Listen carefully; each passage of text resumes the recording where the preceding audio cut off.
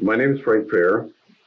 We're in Grand Prairie, Alberta, and I've brought in granddaughters, Nev and Ava, and they're here. This is going to be the first time they're going to hear this story. I have to put a little story of my upbringing, and they will, if something's not clear or if I'm chasing chickens around the farm, they're going to get me back in. So I really appreciate this.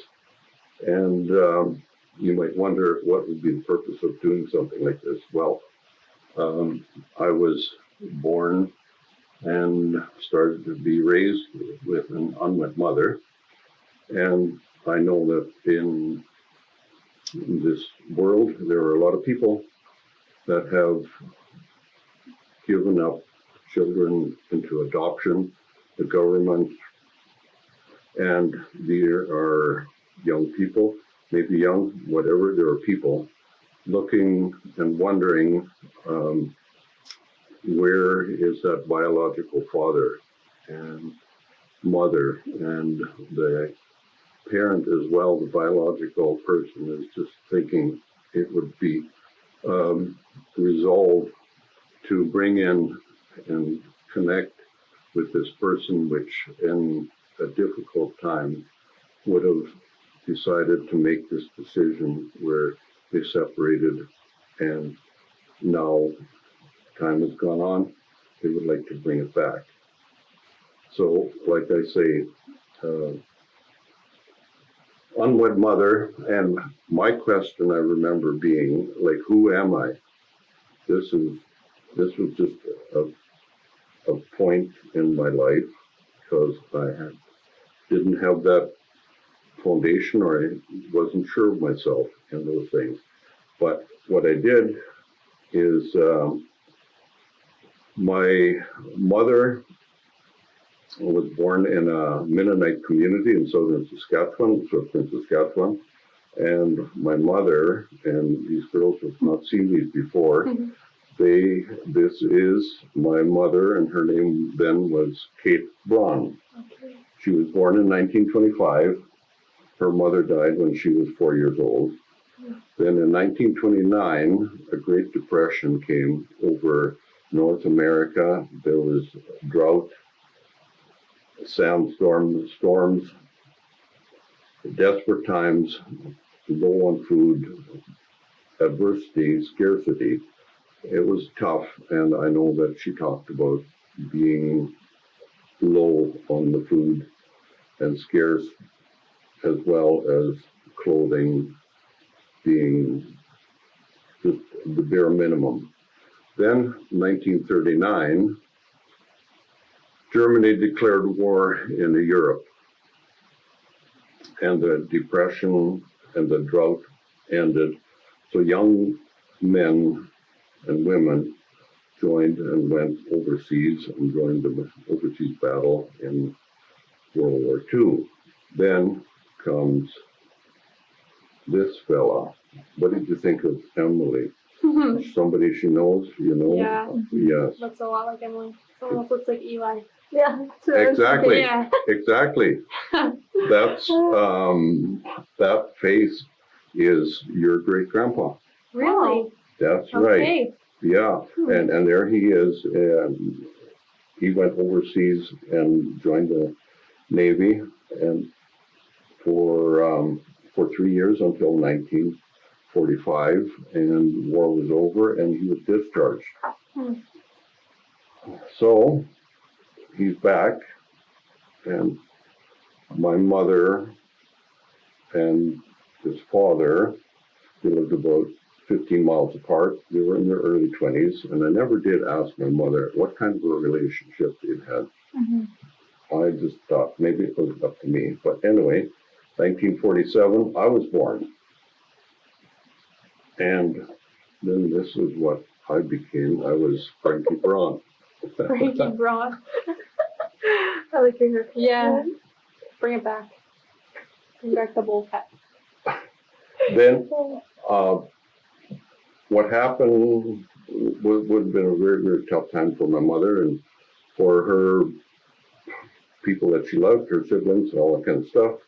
I was born in a hospital in Swift, Saskatchewan, and I asked my mother, did this father ever come and see me or look after her, do anything for her? He said he took no responsibility whatsoever. He just left the country with another person, and tough.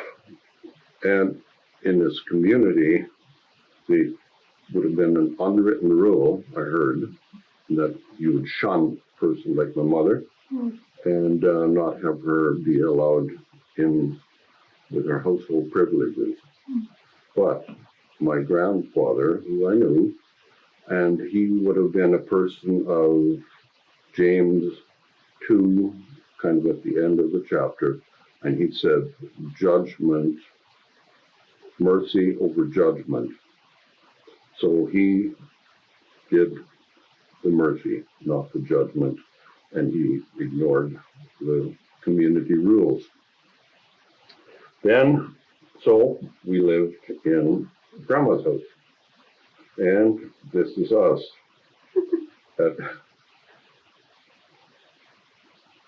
Being able to be with Grandma and Grandpa and my mother and get her a chance to get herself going.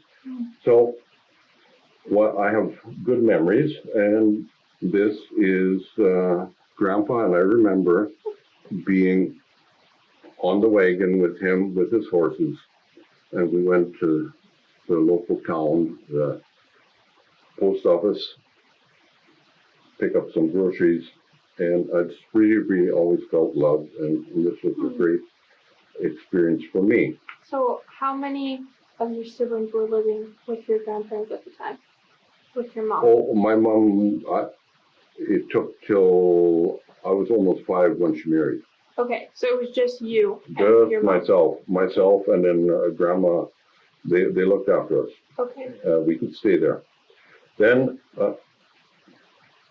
was a thing of much love, but for my mother, like, what do you do in those days? So anyway, God will give opportunities and blessings, and God provides. So what I thought was, these were people that I would call the English, and they weren't as self-sufficient as the Mennonites. So they had a hand, they used somebody like a nanny. And Grandma would milk cow the yard, the house, and with it she would get room and board and some cash, and so it was a good place for her to look after me.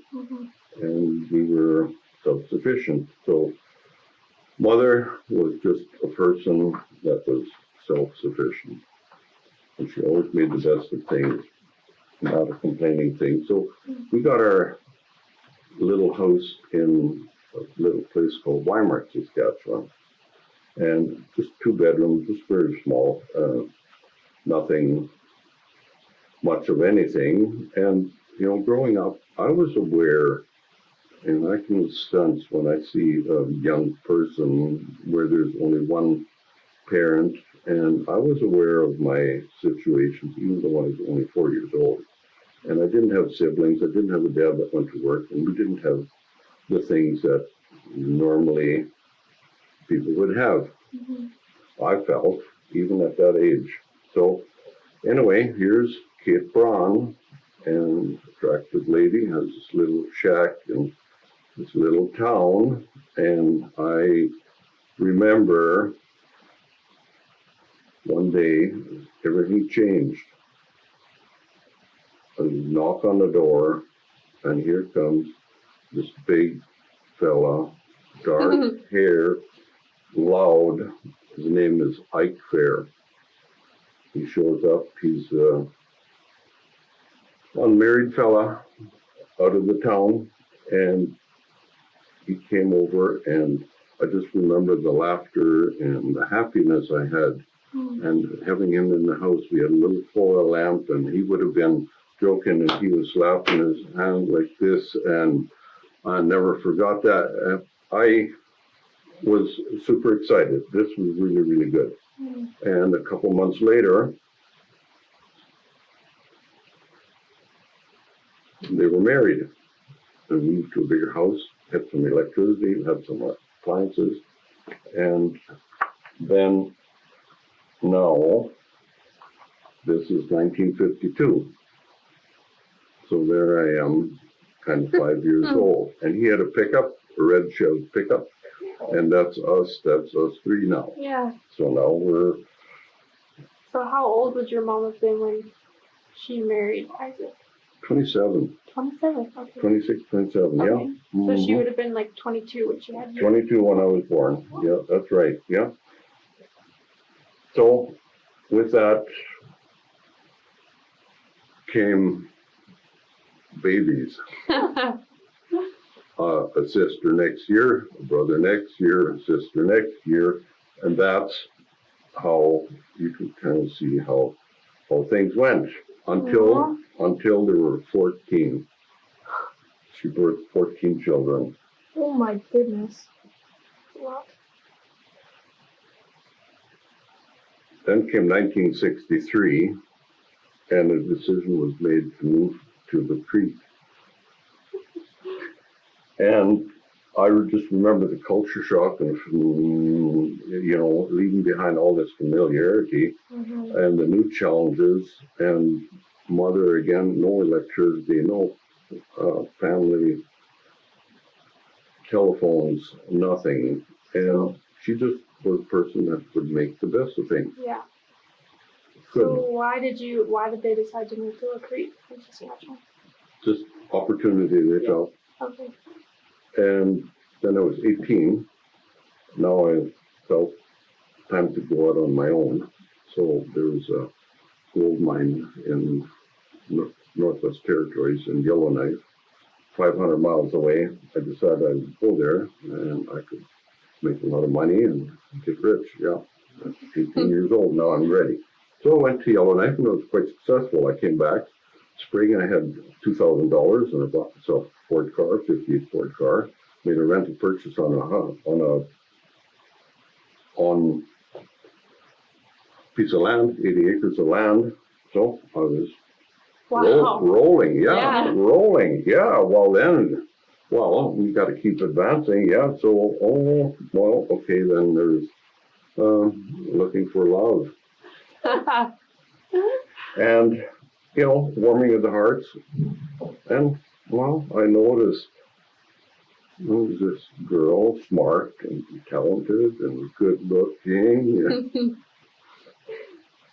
And that's your grandmother, Grandma Nettie.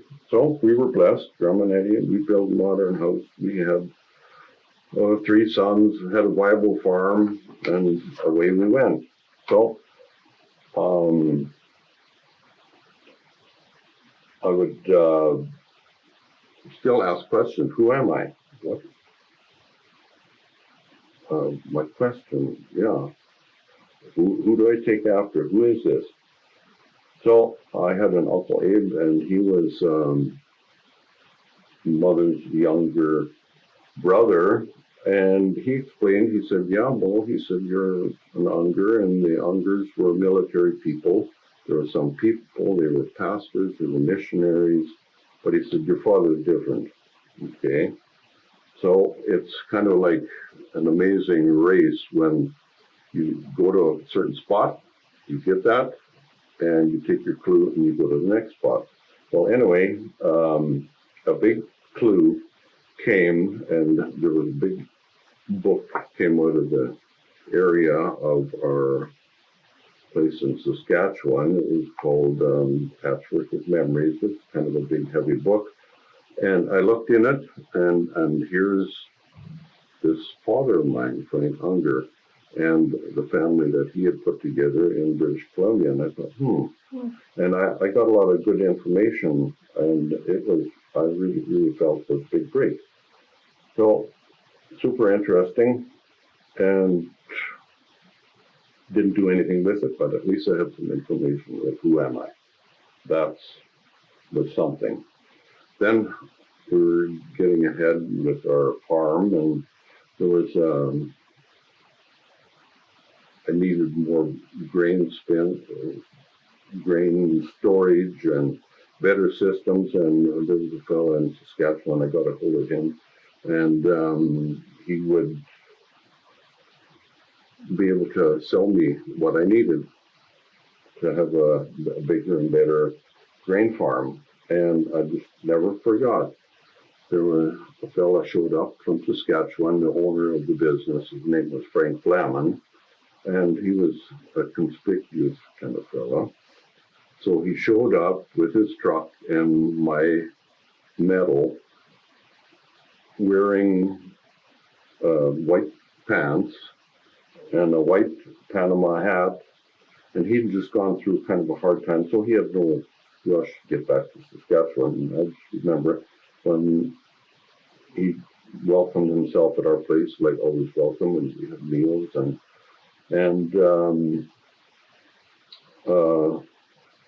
he just became part of us. And I remember we were sitting and looking over our farm, and the equipment and the bins and all that kind of stuff. And he just said something to me that was very profound. And he said, you know, you're a young fella, and I appreciate you. And he said, you do appreciate change, you appreciate innovation, and you want to get ahead. But he said, man, we've been in church that Sunday morning. But he said, man, he said, you are spiritually, you are horse and buggy. And that was quite a evaluation. And it was a defining moment. And without him doing that, the next part of the story wouldn't have happened. I thought, okay, I can't argue. I got involved in Bible studies and prayer meetings and get into more of a spiritual life, like you said, yeah. And then, and because of that, there was a mission conference. I thought, okay, yeah, absolutely. And now I'm interested in going to this mission conference. And then they had a guest speaker, and this guest speaker, he was from Prince Albert, and this organization still, we still have that, and it's called Tribal Trails. It was a native indigenous, and the man got up to speak, and I remembered this patchwork of memories, the photos, and I'm looking at this guy, and I'm thinking, oh, I need to talk to this man. So I waited till the service was over, and then I walked up to him, and I said to him, I said, do you ever have an Uncle Abe? Yeah, well, that doesn't narrow it down very much. But I said, did he die in the war? And he said, yes, absolutely. Look, I said, you're my uncle. He, yeah, poured over back. He said, yeah. He said, I always knew there was a person like you somewhere. But he said, I never followed up, and I never did any. So that was a big, big move into who am I and who's my family. So we had a talk, and he said, yeah, we have a lot of spirituality in our family, but he said, your father, and he said, it's going to be a problem. But he said, perhaps if he could deal with the situation of leaving your mother so high and dry, and maybe he could forgive himself if I came forward and we had that reconciliation. So I was all eager to do that. So anyway, and I wrote a letter, and over here, I just read how would that feel, the yellow part here. This letter is just to contact you as I believe I am your son. Yeah. So I thought, and I was kind, and I thought, okay, yeah, he'll answer. He can't help but answer. He'll want this as well. Well, nothing happened. And I thought, how could he not answer? Because I was not asking for anything except just to be. No. Then one day I saw a little sign, and it said there was an adoption specialist in the college. So I thought, well, that could be interesting for me. So I went to the fella. There was a fella there, and his name was Ray. And I give him my story, and yeah, he said, okay. And he said, there's, give you some tips. And he said, if things don't want to work, there's this one tool that you can use. Okay. So I finally got myself to the comfortable enough. I phoned my father. Mm. I phoned him up. He's in Trail, BC. Phoned him up, told him who I was, clicked. And I was so devastated just to feel so rejected. So it was bad.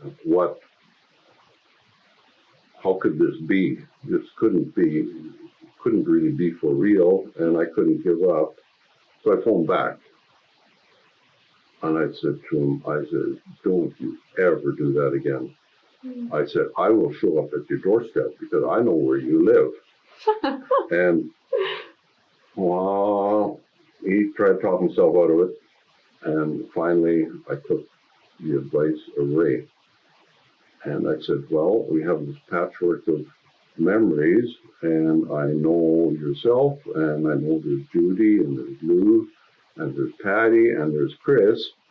And I guess my next move will now be I'll call them up and introduce myself to them. And he said, you guys don't like that word. Anyway, holy father, man. He said, you got me in a hard spot. No, I said, I don't get you in a hard spot. I said, you got yourself in a hard spot, and you're going to take responsibility now. This is it. We're done. And again, this time went on. Nothing. Couldn't believe it. Then one day, phone call. And Chris is my half-brother in Trail. Okay. And he phoned me up and he said, I said, how do you get my information? How did you know? Well, because my father had the information. And he said, I said, what was with that? Well, he said, Father and I were going to town for coffee. And he said, Father said, Chris, did I ever tell you that you have an older brother in Grand Prairie? And Chris said, no, I haven't heard that one. Okay. And then again, nothing. So finally got a hold of Chris again. Chris said, yeah, Father had a stroke. He's in Trail, BC, and he won't be going back home again, and he would like to see me. And I said, really? And he said, yeah, and there's another interesting point he said too. He said, yeah, Father has actually been talking to Jesus. Really? Yeah, really. And I thought, after all that, here comes the heart when it all comes to the end. So I was 53 years old. I went to Trail and spent some time. We visited, and he told me stories of his upbringing, his war. Had a lot of apologies, that type of thing. But we felt okay, and your dad and Mom and Uncle Rick and Michelle, they did pay him a visit to Trail. Yeah, they went there. Okay. It was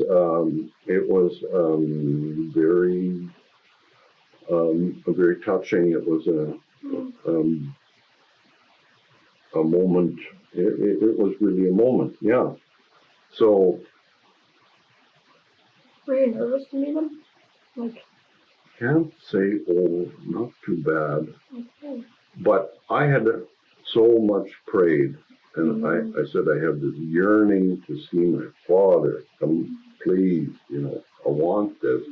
I don't want anything exceptional except look in his eyes and talk to him. Yeah. Just have some kind of a little bit of a reconciliation. So that's so far. So when you went for the first time to see him in the hospital, was Grandma with you? She stayed in the other room, Okay. and I went in with Patty, Yeah, that's your sister. And together with Patty, because I wanted to have a witness there and I wanted to go back because we stopped a couple hours and he talked about how out in the ship and an explosive fell overboard and he blew up into a ball of fire, and he talked about because he was German and he was fluent, and there was a submarine off that close to Halifax, and the captain told him that you are going to try to entice this person and bring them up, and I have a set of revolvers for you, and you will go in and we will go and we will capture that sub. But the sub sank before this happened, so he felt okay. He didn't feel, he said, shooting at these people and trying to destroy the enemy.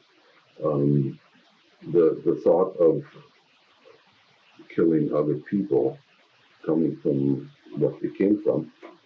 Anyway, then I think I'll give more of a spiritual positive life to this great grandfather of yours. I think it's important. What happened was Uncle Abe was the fellow who died in Iceland. Uncle Abe and my father were in Halifax, St. John's Harbor together, and they had a 3-month leave. That means just time off to do whatever, leisure time. So they went out, and when they came back, and this is a story, he said, came back, and was an angel appeared, or some ominous, just a very deep sense came upon them, and they felt that this would be their final goodbye. And they reflected on the time off that they'd had, and probably wasn't exactly what they were completely proud of, and with this ominous feeling over them, this darkness, and this would be goodbye from this life with them. So they knelt and they made their peace with God. And 8 months later, Uncle Abe died shipwrecked in Iceland, along with 15 other sailors. And that was his spiritual life. And when I talked to him, he was John 3:16, those types of things were important, and he was still talking to Jesus. So that's how we left.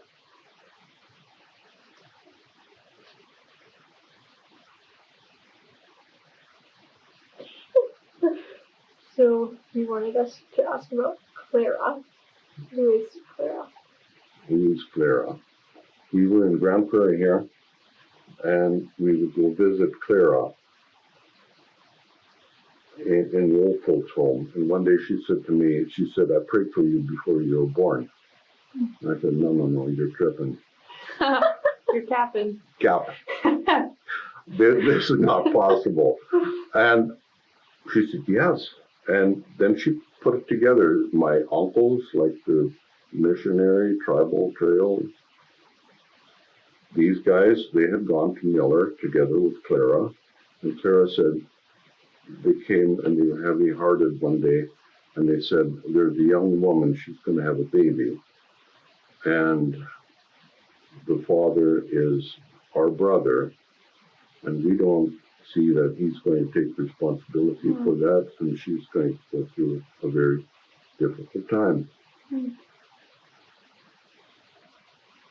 And I have told that story so many times with Clara. So how did she make the connection? Like, how did you guys end up meeting?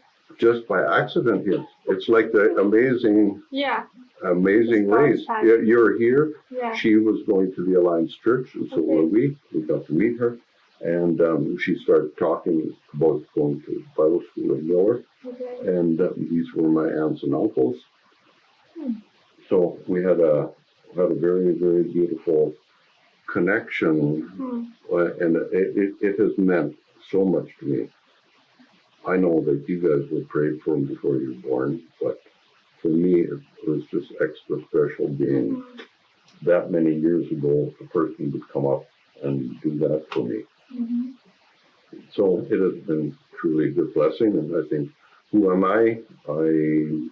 I'm good with who I am, and I'm thankful for all the prayers and people that prayed before I was born. Mm-hmm. Did I go off track? You No, got? You that's got? good. You can understand? Do Yeah. you want to try? My mother. Okay, I'll put one more thing in. Okay. Okay, Galatians 5, the end. It is fruits of the Spirit. What are they? Yeah. So it's the love, joy, peace, patience, or forbearance, whatever you call it, faithfulness, kindness, goodness, and self-control. And those were all your great grandmother. Mm-hmm. I can't. Everything that she went through was in that context. Mm-hmm. So I think that little, somewhere we got that piece of information with my mother, and if you want to read that, Yeah. Okay. I think it's fitting for her. Okay, well, it says, upon reflecting on the past, I find that things which seemed to be great obstacles in life really turned out to be blessings in disguise. Therefore, I say, rejoice in the Lord, for he has done great things for you. Grandma Fehr.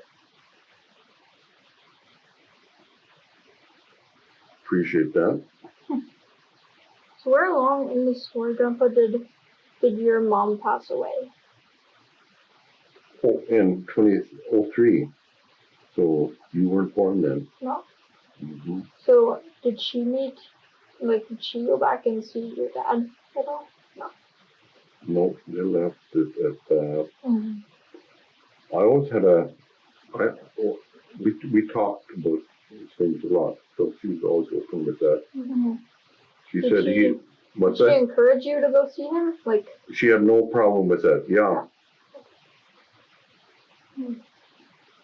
And how did because Isaac adopted you, so was he encouraging you to go and make a relationship and mend a relationship? Never talked about it. Really? Okay.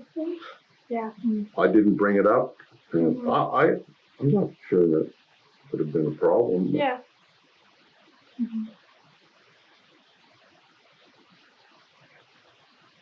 That is great. Yeah, Chris, thanks for doing this for us. And Nev and Eva Of course. in the story. It was so cool. And Yeah. hopefully there's some encouragement, or someone has some resolve and feels that there is someone in the back of their mind, whether a parent or a child, person that could appreciate the meeting. She's a rose from the garden of prayer. When I was a boy at her knee, she was more than a mother to me. As I gaze into space, I can see her sweet face as I stood by her old rocking chair.